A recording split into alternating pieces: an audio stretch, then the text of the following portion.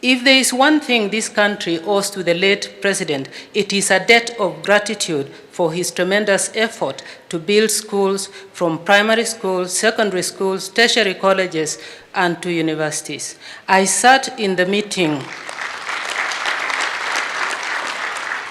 with him and British officials when he sought help for the building of Moi University. And apart from everything else and the other support they gave, that government donated the Moi University Library, which at the time was the largest this side of the continent. When it was critical to encourage girl education, to encourage girls to stay in school longer, he promoted the education of the girl child, but he did not forget the boys. There is not enough time to enumerate all that he did in promoting education in our country, but his legacy here is completely secure, I dare say. As most of you will no doubt recall, soon after the late former president took over power, one of the enduring images was his lifting of stones building gabions to prevent umomonyoko wa udongo. He constantly talked and practiced tree planting to protect our forest cover. Nyayo T-zones were, to use his own words, to stop encroachment on forests. Among those, and I will not even talk about the ivory because that was well documented yesterday by His Excellency the President. Among those who communicated with him on wildlife conservation was the Duke of Edinburgh and Prince Claus of the Netherlands. I was privileged to be present at the Dutch Royal Palace when President Moi was awarded an honor for his conservation work. I wonder whether we will do one posthumously. President Moi was a serious advocate for the United Nations Environment Programme. If he was addressing the Earth Summit in Rio de Janeiro or just addressing the UN General Assembly, he spoke of UNEP and its work. I followed it because my initial appointment as ambassador was as the ambassador to UNEP to replace the first one, big sister Margaret Kenyatta. He did not only believe in the environment, he lived it.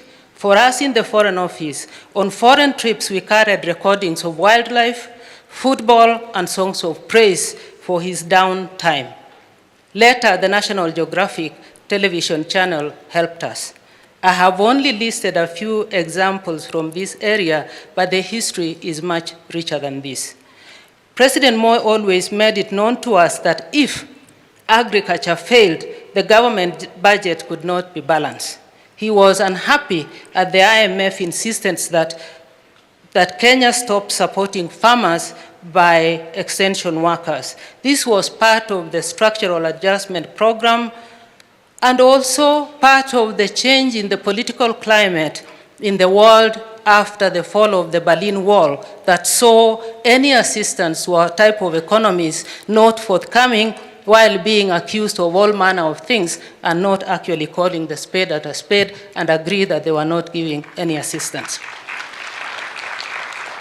It's easy to accuse you of being corrupt when they don't want to help you. He was a serious farmer and put a lot of food in the national food chain to the end. President Moi was respected internationally, even by those who did not like his policies. He was as comfortable with Prime Ministers Margaret Thatcher, John Major, as he was with Chancellor Helmut Kohl, President François Mitterrand, and later Jacques Chirac of France. And of course, all the Israeli leaders. Most of you will no doubt remember the quick response the Israeli government sent when the bomb hit Nairobi in 1998. I was particularly lucky to sit with President Moi in his many meetings with leaders in international meetings. Other leaders often came to consult him. In diplomatic terms, you know that if they are coming to you, they respect you and you are the boss. He also received envoys constantly, plus local ambassadors who requested to see him. He met intelligence chiefs from some of these embassies. Through diplomatic maneuvers, he stopped the American ambassador in the last 6 months of 1992 from talking about our elections. The Kenyans didn't even notice. This was done through a leader of a third country. The man was a consummate diplomat. On Christmas Day 1992, he sent a letter to the German Chancellor to restrain his ambassador in Nairobi from accessing our polling stations. Total success. When traveling through London, for example, the president was always sent a representative from the palace to receive him.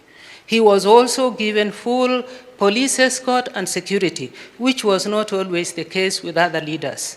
Her Majesty the Queen often talked about him. At the presentation of my credentials and many other meetings, the subject was always how polite the President of Kenya was. Mzee's patience helped Kenya have a place of respect on the world stage. In 1992, at the height of the American presidential campaign, we saw on the CNN that US Air Force was sending planes to Somalia, but landing in Nairobi. We had not been asked. The planes were already in the air. It was Saturday. I called the president in a panic. He was calm, and he told me to talk to the American representative. The American number 2 came to the office, and to cut a long story short, the military gave the clearance.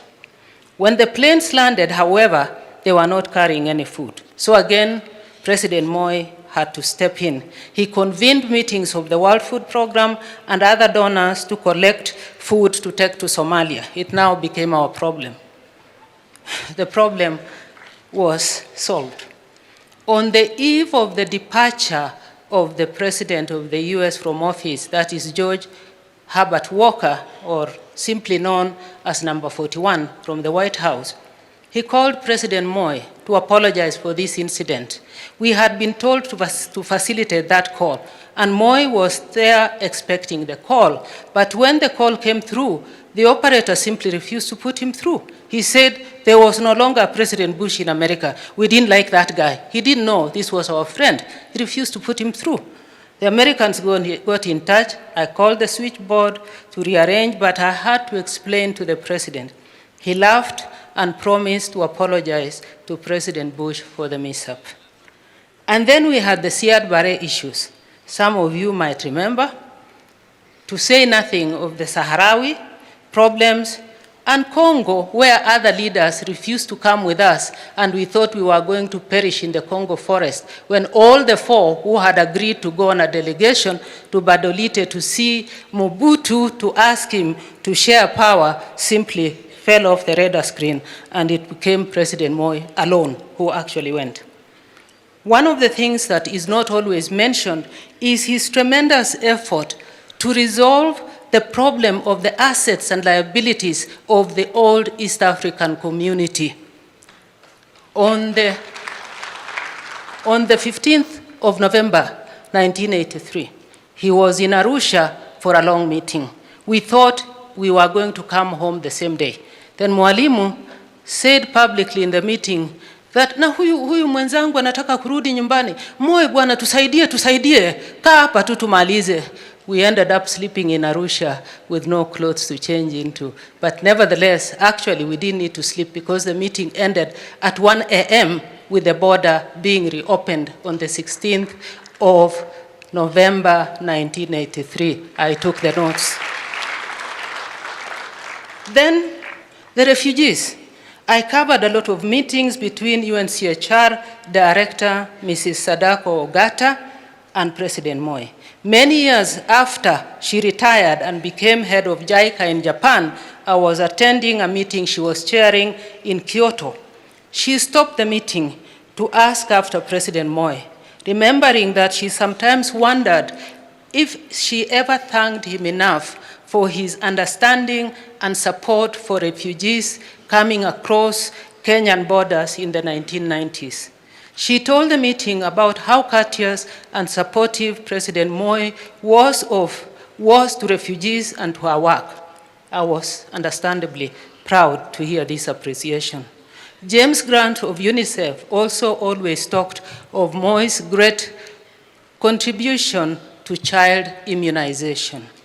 In foreign affairs, for 10 years as PS, I spoke several times with the Comptroller of State House, Head of Public Service, the PS in charge of internal security, Intelligence Chief, and often with PS Finance, and also regularly with the President's personal assistant. Intelligence and security meetings were held regularly. I also had to speak to the President almost every day, at times extremely early in the morning because of his great interest in foreign affairs. Mzee Moi accorded me the honor of being his head of public service and secretary to the cabinet. By this time, I had a very good working relationship with my colleagues, the permanent secretary. I can tell you, Mzee Moi did not tolerate personal disagreements at this level. We just had to get on well and get on with the job. It was within this group and with the Chief of General Staff that if there was need to talk the boss out of something or convince him of something, a delegation was sent to him at 6:30 in the morning. He was always a step ahead, but would receive us sometimes in a very tense atmosphere. It was not always easy, but he listened and took us seriously.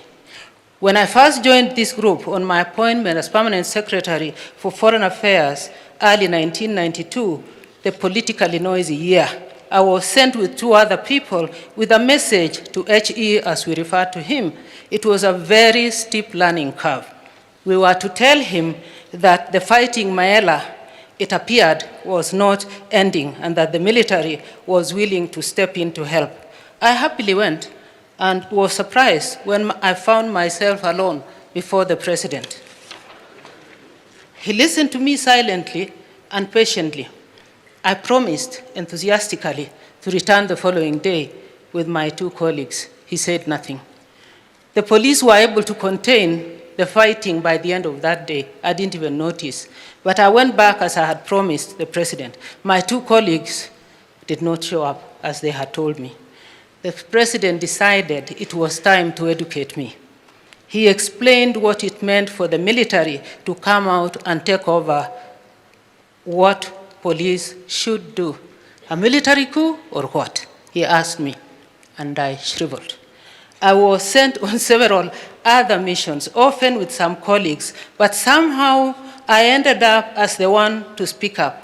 Soon I learned that some of my colleagues found it easier to send me on these rather dangerous missions because they understood the cultural background of our boss. He was not going to shout at a woman, especially one considered young enough to be his daughter. I also soon learned how to recognize signs of displeasure. If he called me Daktari, I was okay. Seli was my official name, so that was fine. If he received me with Lakwani,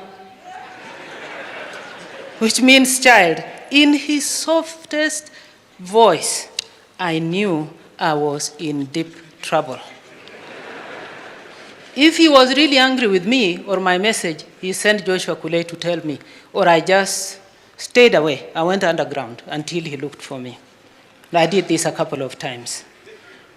But as senior civil servants, we worked closely, consulted each other, and made our work easier. We, in fact, became big consumers of intelligence, and we debated with each other every day on everything. But everything had to be confidential. Leaking of information was out of the question. So, although President Moi worked closely with politicians, he managed the affairs of state with his civil servants. Some ministers did not always appreciate this and gave us grief, but we could not tell them what we had been told to do. If you are a civil servant, you are well advised to stay out of controversy with politicians. He would quietly protect you if he knew you are being attacked unfairly, but he preferred that you did not pick up fights with politicians. Except on very rare circumstances, civil servants, except for those who worked at State House, were not found at State House in the afternoon. Civil servants took up the early part of the morning. Mid-morning to afternoon was left for politicians and other private contacts we didn't need to know. Mzee was very kind, but he could be very curly if one did not act professionally. One day in October 2002, it was agreed that in my little group of 6 people overseeing political power shift, that we should let the president know that his party was not doing so well. 3 of us went to see him.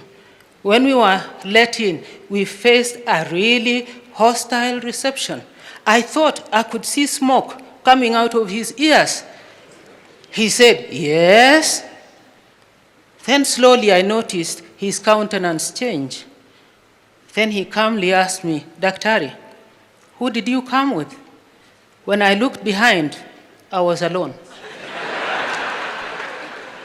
My colleagues had fled. I think he took pity on me, invited me to sit down, and I gave him the 2 possible speeches for Uhuru Kenyatta to make. One, if the election outcome was to be different from what the president expected, and the other, just in case things worked his way. He accepted the speeches, he put them in his cabinet, and then asked me questions about how we arrived at that. We had a long conversation. 2 months later, we were in Washington, and President G.W. Bush, number 43, asked him who he would be handing over power to. He calmly said, "May the best man win." President Bush answered, "What about may the best woman win? What is wrong with Sally?" We all laughed. He told him she's not a politician. We knew, and President Moi knew, that we were there to help achieve a smooth transition with the help of our friends out there. When President Moi was sworn in for his last term in office, I drafted his speech on his instructions. The speech had only 5 paragraphs, 3 of them starting with the same phrase, "In this, my last term in office."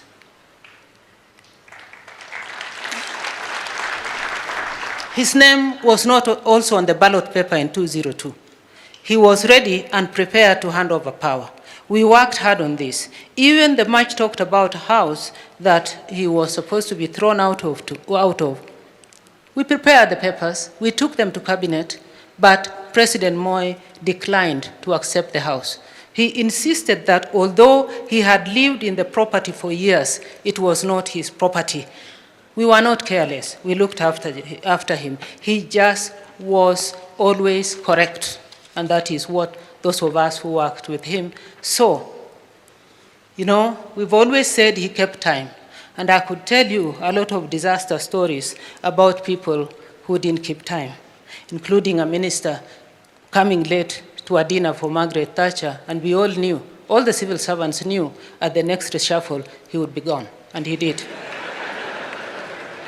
He was a very successful foreign minister. President loved him greatly. He left immediately after the elections of '88. I was privileged to work with my former boss as an ordinary civil servant for 5 years, as an ambassador for 6 years, permanent secretary for 10 years, and his head of public service for 2 years. I will always remain grateful to him.